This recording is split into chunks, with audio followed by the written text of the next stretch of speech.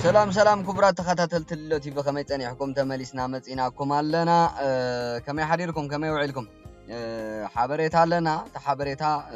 كاب زتريو زلخم كاب مسرت سراويت حيل سلام تግራይ حرا مريت تግራይ زخونه تسفاي نغس ودرايا اب አዲስ አበባ ከም ዝተጨወ ይሕበራሎ አደኖ ከመዩቲ መጭወይትናቱ እኹል ሓበሬታ የለን መስራቲ ዩናይ ሰራዊት ኃይል ሰላም ትግራይ ናይ ሓራ መሬት ትግራይ እንደገናውን ካብቶም ፍሉጣት አክቲቪስታት ዩ ካብቶም ላዕሎ ተጸዋዕቲ ናይ ሰራዊት ኃይል ሰላም ትግራይ ቲ መሪሕነት ፖለቲካዊ ቤት ጽሕፈት ካብኦሙን ሓደ ዩ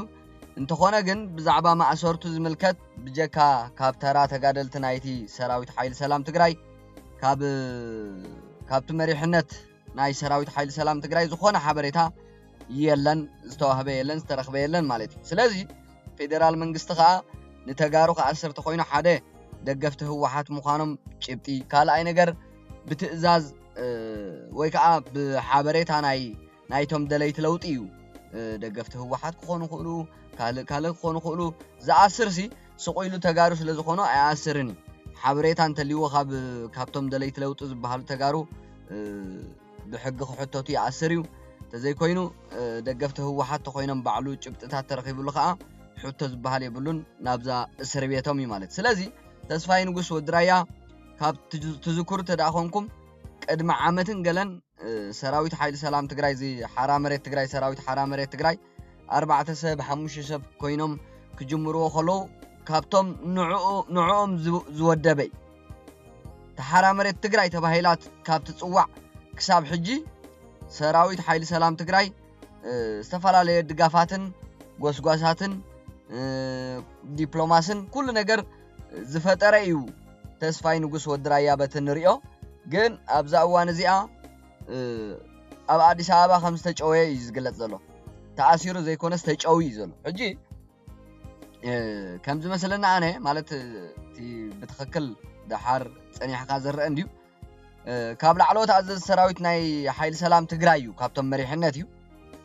እቲ መሪሕነት ናይ ሰራዊት ኃይል ሰላም ትግራይ ናይ ሓራ መሬት ትግራይ ከዓ መእሰሪኡ ምኽንያት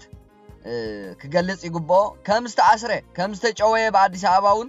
ሓበሬታ ክህብ ይግብኦ እዩ ክሳብ ሕጂ ኣይሃበን ዘሎ ዝኾነ መግለጽውን ኣይውፅን ዘሎ ሶ ዛ ጉዳይ ካብቶም ኣብ ሓራ መሬት ትግራይ ዘለው ላዕሎት መራሕቲ ኢድ ኣለዋ ማለት እዩ እንድሕር ዳ ስቕ ኢሎም እንድሕር ዳ ሓበሬታ ዘይሂቦም ንህዝቢኦም ዝቃለሱ ዘለው ንህዝቢ ዝቃለሱ ዘሎ ኣካሎም ምኸኣ ብጻየም ኣብቲ መሪሕነት ሓበሬታ ክህቡ ይግባእ ትምሕትም ግን ገለ ነገር ኣለዋ ማለት እዩ ሶ ካብቶም ተራታ ወተሃደራት ናይ ሰራዊት ኃይል ሰላም ትግራይ ጋዜጠኛ ደሴ አሸናፊ ዝበሃል ዝኾነት ምንጪ ዝኾነት ሓበሬታ ሂብሎ ንዓውን ኦርያ ሚዲያ ባሕር ነጋሲ ግብረ መልሲ ይብል ኣሎ ከም ስታት ይዘሎ እምበር ዝኾነ ሓበሬታ ካብ ኃይል ሰላም ትግራይ ዝወፀ የለን ማለት እዩ ስለዚ እዚ ኢድ ከይሃሎ ኣይተርፍን ዝብል ኣብዚ ማሕበራዊ ሚዲያ ይዘርጋሓለ እዩ ቀሲልና ግን ክርኤና ከመይ ምዃኑ እንታይ ኢሉ አክቲቪስት ዝባ ጋዜጠኛ ደሴ አሸናፊ ካብ ሓራ መሬት ትግራይ ካብ ሰራዊት ኢሉ አክቲቪስትን አመራርሓን ኃይል ሰላም ትግራይ ይብል ተስፋይ ንጉስ ወድራያ ኣብ ቀይዲ ከም ዝወዓለ ይግለጽ ኣሎ ይዝብል ተጨዊ ዘሎ እምበር ኣብ ቀይዲ ይወዓል መን እዚኣ ሕጂ ሓበሬታ ኣለዎ ማለት አክቲቪስትን አመራርሓን ኃይል ሰላም ትግራይ ተስፋይ ንጉስ ወድራያ ኣብ ትሕቲ ቀይዲ ከም ዝወዓለ ዝሕብሩ ጸብጻባት በተደጋጋሚ ይወጽለው ኢሉ ክሳብ ሕጂ ክሳብ ዚ ሰዓት እዚ ብዝተረኸበ ሓበሬታ መሰረት ተስፋይ ንጉስ ብመንን ብምንታይን ዕላማ ከም ዝተኣስረ ዝተረጋገጸ ወግዓዊ መግለጺ ኣይወጸን ብተወሳኺ እቲ አክቲቪስት ተታሒዙ ዝርከበሉውን ኣይተፈለጠን እዚ ኹነታትን አክቲቪስት ይዝብሎ ብጻይ ከመናይ ማለሲ መጋድልቲ አይብሎኒ አደነው እዚ ኹነታት ንቤተሰቡን ፈተውቱን ዘሻቀለ ኮይኑ ዝምልከቶም አካላት መንግስቲ ወይ ኃይልታት ጸጥታ ብዛዕባ እዚ ጉዳይ ዝህብዎ መብርሂ ይጽበዩለው ይዝብል ሕጂ እኹል ዝኾነ ሓበሬታ ክህብ ይግብኦ እዩ ሰራዊት ኃይል ሰላም ትግራይ ካብኡ ተመርኪሱን እዚ ደሴ አሸናፊ ኣብ ሓራ መሬት ትግራይ ክሳብ ዝሃለወ ኣብቲ ሚድያውን ብዛዕባ ናይ ሓራ መሬት ትግራይ ካልእ ሓበሬታታትን ኩሉ ግዜ ይሕልፍ እዩ እዚኣ ሸፈፍ ኢሉ ይሓሊፍዋ ግብረ መልሲ ግን ሂብዎ ኣሎ ነጋሲ ኦርያ ሚድያ ቅንዕና ዝጎደሎ ጽሑፍ ደሲ ኣሸናፊ ኢሉ ተስፋይ ራያ አክቲቪስት ዘይኮነስ ላዕለዋይ መሪሕነት TPF እዩ ግዝያዊ እግድ ከም ዘለዎ ሓበሬታ ኣለኒ ምኽንያት መእሰሪኡ እውን ምስ እዚ ዝተተሓዘ ከም ዝኸውን ኣይጠራጠርን እዚ ናይ ደስየ ጽሑፍ ድማ ማእሰርቲ ተስፋይ ንምሕባር ዘይኮነስ ንተስፋይ ንምንኣስ እዩ ዝመስል ብዝኾነ ምስ ብዙሕ ጸገማቱ ተስፋይ ኣብ ቃልሲ ሓራ መሬት ትግራይ ዓብ ግደ ተጻዊት እዩ ጸገማት እንተሃልይዎ እውን ብምርድዳኦም ክፍትሑ ዘለዎም بحساب استفليه كام إسار لوط يعنقف مبر لوط أيمتسن تسفاي حجب منن أبين كم تعسرون استفلت أنا قريلا مواص يفتر الكحوي إلو قبر ملسي هبولولو سلازي كالو خلو تعسيرو تعفينو تجاو يزبل ترايا حبريتا كزرقح نوري أزلنا ودرايا أبستفلالي ميدياتات وهاب قال سراويت حيل سلام تقراي كوينو دقاف سراويت حيل سلام تقراي كوينو أبال سراويت حيل سلام تقراي كوينو أبال أمارا رح سراويت حيل سلام تقراينا حرام مريت تقراي كوينو كله أما حبراو ميديا بزي تتصابقو حساباتو كقلص أنيحي تاي خون الله حرام مريت تقراي تايم زخونو كما يخون تاي زلو خونتات ناي تقراي تاي زلو خونتات ناي إثيوبيا مقالسي منقال قالس ناي سراويت حيل سلام تقراينا حرام مريت تقراي تايم زيهم زبلو كل جزء درجة بزح جزء أما حبراو ميديا تزاربي كسبنا سراويتون ما على زي بالدقافات كم تقبرلو زي زخول حق يكونن بعلو خمس مسرتون يزاربيو يا نبلغ أن إحنا هنا مجمرة كاب مسرتنا يسراويت حيل أرم سبع عزاتو أب السودان كتبتنز قبره تسفاي نقص ودراية حجت أجمعات كلوا خليهم أنا أنت عايز بدل خد أجمعنا تسفاي ودراية يكون نتي أنصار هو واحد زكالس دلاي لوط ناتو دقافة حزب تجراي سي لوط يدلي هو واحد نقول لنا تأليماتنا نيرتراويان دلاي فتحت أليمة نحزب تجراي أليمة مستقتالينا نقول لنا قتالينا زخونة نعاون قتالي أزنبرة مسوء حبيرة من الشعبية نحزب تجراي داغماي ناب كوص زي كل ناب دمنت ناب مدفع داغماي حدا ب5 مليون تجراوي كتأفق قال كيدان اسيرا مسوحات نري علنا عين انت تقبل كم زلا مال سو اذا حجي ودرايا تاثير له زلو خا قبل ليت لوطي نمنتاي يسر نمنتاي يعفن نمنتاي يجوه سلامنتاي ازي زربنا زلو ስለዚህ አባል ላዕሎት መራሕትና ሰራዊት ኃይል ሰላም ትግራይ ሰራዊት ኃይል ሰላም ትግራይ መራሒና አባልና አባል አመራርሓ ብጻይና ተስፋይ ንጉስ ወድራያ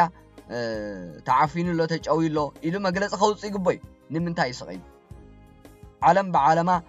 ብዛዕባ ተስፋይ ንጉስ ወድራያ እና ተዛረበት እትም ሰራዊት ኃይል ሰላም ትግራይ ባዕሉ ዝመስረቶ ግን ስቅሕተም መሪጽ ንርኢ ኣለና እዚኣ ኸኣ ከምዛ ኦርያ ሚዲያ ነጋስ ዝበላ ለውጥ ተዕንቅፍ ምበር ለውጥ ይተምጽነ ክቡራት ተኸታተልቲ ድለቲ እዛ ዓይነት አካይዳ ኣብ ሓራ መሬት ትግራይ ንህወሓት ጸባዘ ስቲ ንህወሓት ድጋፍ ዝኸውን ፌደራል መንግስቲ ጣልቃ ኣትዩ እንድሕር ደኣ ዘዝበልዎ ዝገብራሉ ኮይኑ ንሓራ መሬት ትግራይ መዕንቀፊ ንህወሓት ከኣ መተርንዒ ሸኻብ ከምዚ ዓይነት አካይዳ ምክንያቱ ባዕሉት ሰራዊት ኃይል ሰላም ትግራይ ዝገጠሞም ሽግራት ኣፋታት ሽግራት ኣምጽዩ መዕለብ ክገብረሉ ይግባይ በሐሳብ ዝተፈለየ ካን ፌደራል መንግስቲ ተጸጸዊዕኻ ወይ እውን ተጠቂንካ ኣባላት ካን ምሳኻ ተቃለስቲ ዝነበሩን መኸዓ ኣብ ምጅማርን ኣብ ምስራትን ተቃልሲ ቀዳሞት ተጸዋዕቲ ዝነበሩ ክትኣስር እቲ ናይ ለውጢ ባይታ እኹል ሓይሊ ኣይህልዎን ሶ ካብ ከምዛ ዓይነት ብጣዕሚ ሕማቕ ዝኾነ ነገራት እንተ ተቆጢቡ ፌደራል መንግስቲ ምክንያቱ ከም ዝበልኮ ሓይሊ ንህወሓት ካልእ ወላ ሓደ የብሉ ሶ ተስፋይ ንጉስ ከዓ ናልባሽ ክዛረብ ጸኒሑ ከም ትዝበልኩ ኣብ ዝተፈላለዩ ሚድያታት ብዛዕባ ጌታቸው ብዛዕባ ጻድቃን ብዛዕባ ተማ ባሕራ መሬት ትግራይ ዘለው ጀነራላት ወላውንዛ ሓፍትና ኣዴናን ጀነራል ዘውዱ ኺሮስ ገለ ዘለዎም ኩሉ ክዛረብ ጸኒሑ እዩ ኣብቲ ናይ ለውጢ ናይ ሓራ መሬት ትግራይ ኩሉ ፌደራል መንግስቲ ብሙሉ ክዛረበሉ ጸኒሑ ሶ መእሰሪኡ ምኽንያት ዝታት ክኸውን ይኽእል እንዲዩ ካልኡን ክኸውን ይኽእል ግን ኣነ ቀንዲ ገሪማትን ዘላ እዚ መሪሕነት ናይ ሰራዊት ሓይሊ ሰላም ትግራይ እቲ ሰራዊት መግለጽ እንታይ ኮይኑ ዘየውጽእ እያ እዚያ ኮይኑ ዘየውጽእ ኮይኑ መግለጽ ዘየውጽእ ኣባላይ ተኣሲርና ኣባል ኣመራርሓ ተኣሲርኒ ተጨዊ ተዓፊኑ ስለዚ በቃ ፌደራል መንግስቲ ጉዳይ ኣጻሪዩ ክፈትሓለይ ይጽዋዕ ኣሎ ክብል ይግቦ ሶ ኣብዚ ጉዳይ ተዋሳ ኣብዛ ጉዳይ እዚኣ ኣብ ምእሳርን ኣብ ምጭዋይን ኣብ ምዕፋንን ተስፋይ ንጉስ ወድራያ ኢድ ከይህልዎ ሰራዊት ሓይሊ ሰላም ትግራይ ጥንቃቐ የድሊ ኢድ እንድሕር ጸኒሕዎ ብጣዕሚ ይኽብተን ሰራዊት ሓይሊ ሰላም ትግራይ ታይን ምባል ተስፋይ ንጉስ ጸላዊ በቃ ዋና ኢንየሩ ገለ ኢለይኮንኩን ግን ካልእ ግዜ ከዓ ከም ተስፋይ ንጉስ ከጋጥመና ኢና ዓና ኢሉ እቲ ናብ ሓራ መሬት ትግራይ ጽንበርን ኣብ ሓራ መሬት ትግራይ ዘሎን ናይ ምብትታን መንገዲ እያ ለዛ ኣብዚ ጥንቃቐ ክገብር ግቦ ሰራዊት ሓይሊ ሰላም ትግራይ ምጥንቃቕ ዝመስልዎ የለን እዚ ጉዳይ ኩሉ በቃ ጸገማት ናይ ሰራዊት ሓይሊ ሰላም ትግራይ በቃ ንህወሓት ብልጫይ ዓብ ብልጫይ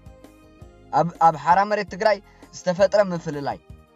ዘጋጥም ምፍንጫል ዝኾነ ነገር ተጋጢሙ ህወሓት ትሕጎሰሉን ህወሓት ኣብ ረብሓ ተውዕለሉን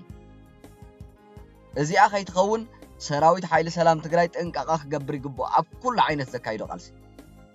ፍላይ ሽግራት ተጋጢሞሞ ኣብ ኣፋታትሓ ሽግራት ብጣዕሚ ውሕሉል ዝኾነ ኣገባብ ክጥቀም ይግቦ ውሕሉል ምክንያቱ ዝኾነ ነገር ተጋጢሞ ኣብ ሓራ መሬት ትግራይ ህወሓት ያኽተረብሓሉ ክትጓየ ሶ ፍትሕዎ ድምፂ ንኹኖ ንተስፋይ ንጉስ ወድራያ ክፍታሕ ኩልኩም ደለይቲ ለውጢ ተጋሩ ድምፂ ክትኮንዎ ይግባእ እዩ እዚኣ ነራ መደበይ ኣብ ናይ ዝቕፅል መደብና ክሳብ ንረኸብ ሰላም ጽኑሕ